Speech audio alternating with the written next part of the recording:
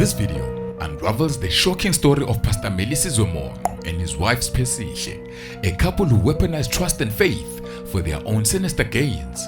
Under the gaze of spiritual leadership, they orchestrated a chilling scheme, taking out life insurance policies on unsuspecting church members, including Melissa's ex-lover, the mother of his child, all while secretly plotting their murders to cash in on the payouts.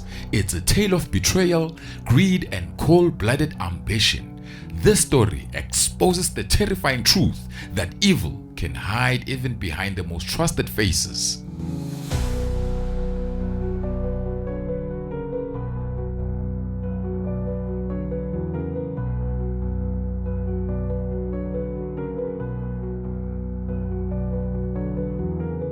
Ministries was no ordinary pastor. From a distance, he was a devoted man of God, tirelessly spreading the gospel from King Williamstown all the way to George, spreading salvation to the masses. But beneath the holy facade lay a cunning and sinister operator.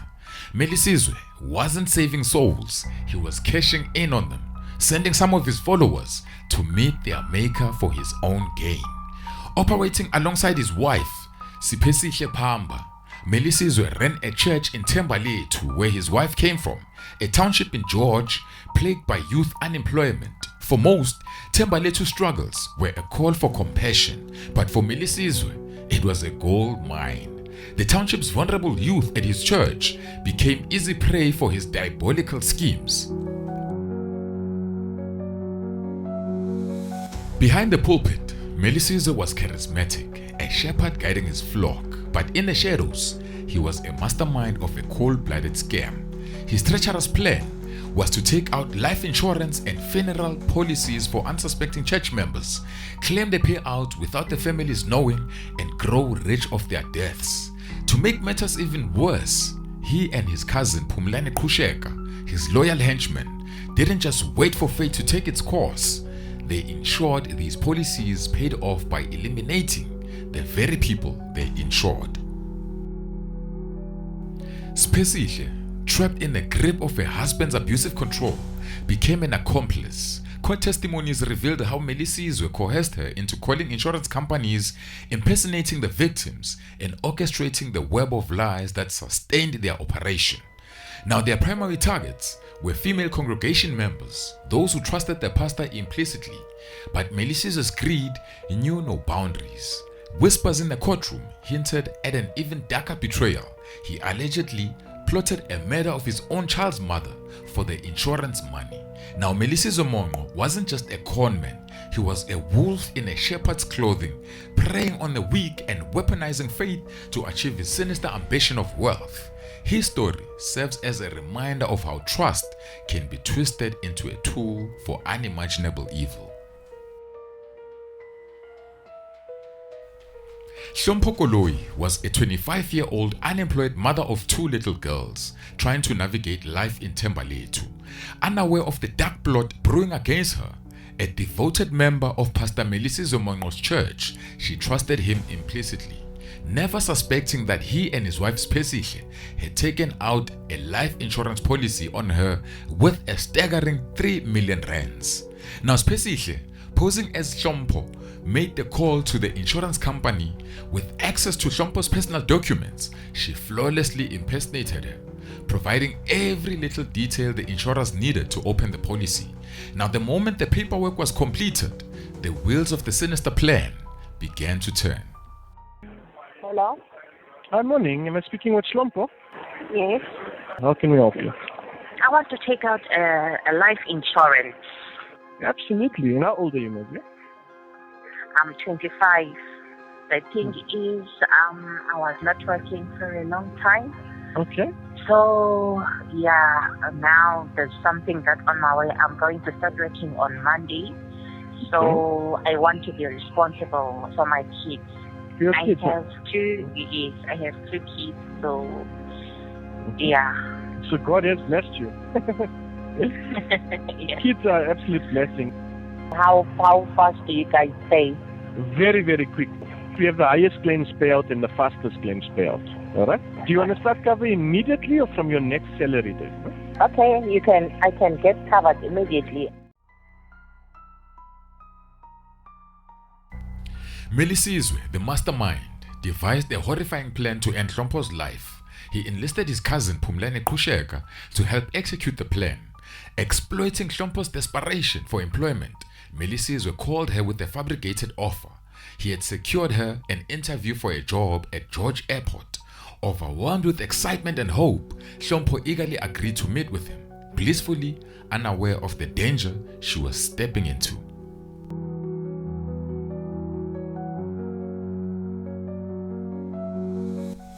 The fateful day arrived. Melisizwe and Phumlane made the long drive from King Williamstown to Thembalethu, their vehicle a vessel of death. Now Hlompho, eager for her chance at a better future, waited by the main road with her boyfriend and brother, who had accompanied her to ensure her safety. When the car pulled up, Phumlane sat quietly in the back seat. Now Hlompho climbed in, her dreams of a new job overriding any suspicion. As the car sped off down the road, the atmosphere turned deadly. It is believed that Phumlane from the back seat attacked Hlompho.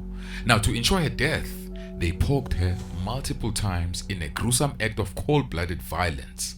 Once they were certain she was lifeless, they carelessly dumped her on the side of a gravel road in Hermanus, leaving her discarded like trash.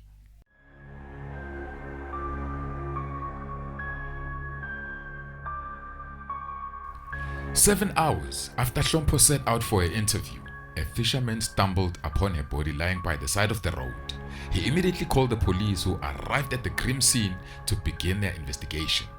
Now this discovery was exactly what Melisizwe and his accomplice wanted. They needed the body to be found quickly so she could be officially declared dead, allowing them to file their insurance claim without any delays. When Hlompho Koloi's lifeless body was discovered on the side of the road, the police immediately launched an investigation.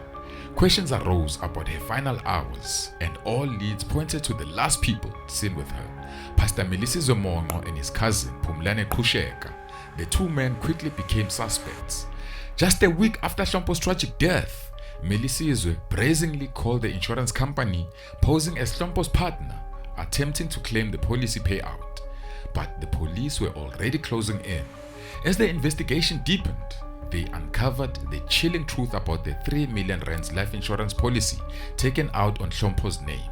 Now the trail of deceit led straight to Melisizwe, Spesihle and Phumlane.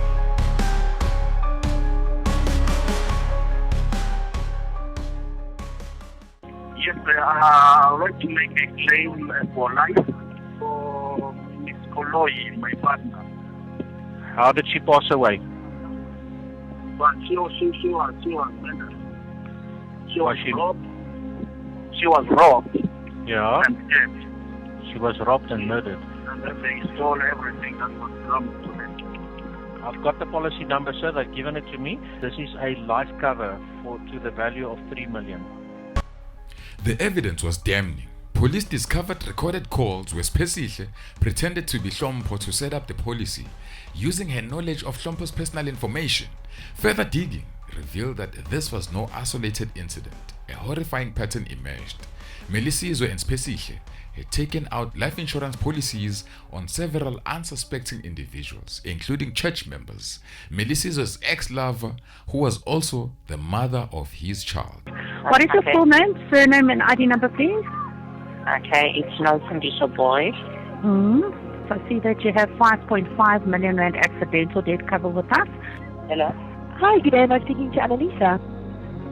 Yes. Yes, you're speaking to at the life department. How can I help today? I actually wanted a life cover.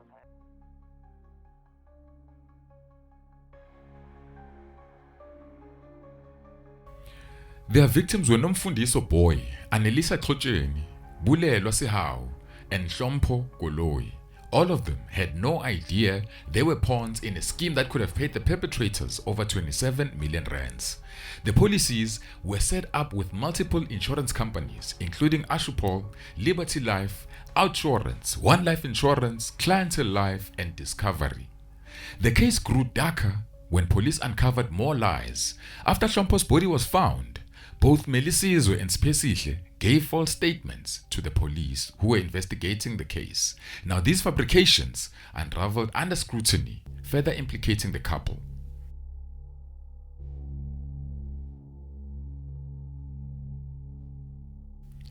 The investigation revealed a particularly sinister detail. The day before her murder, Hlompho had undergone a blood test in a vehicle outside a shopping center. She believed it was part of a job interview for a position at George Airport. In reality, the test was a requirement for one of the insurance policies. No evidence of a legitimate job offer ever surfaced.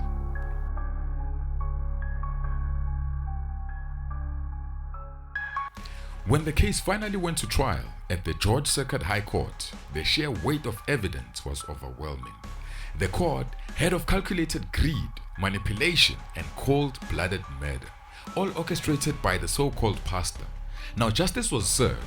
Melisizwe was sentenced to life imprisonment plus an additional 252 years and 3 months. Spesihle Phamba, the wife, received 20-year sentence, while Phumlani Qhusheka, the cousin, was handed a life sentence plus 63 years. Now this chilling tale of betrayal and greed serves as a haunting reminder of the darkness that can lurk behind even the most trusted faces.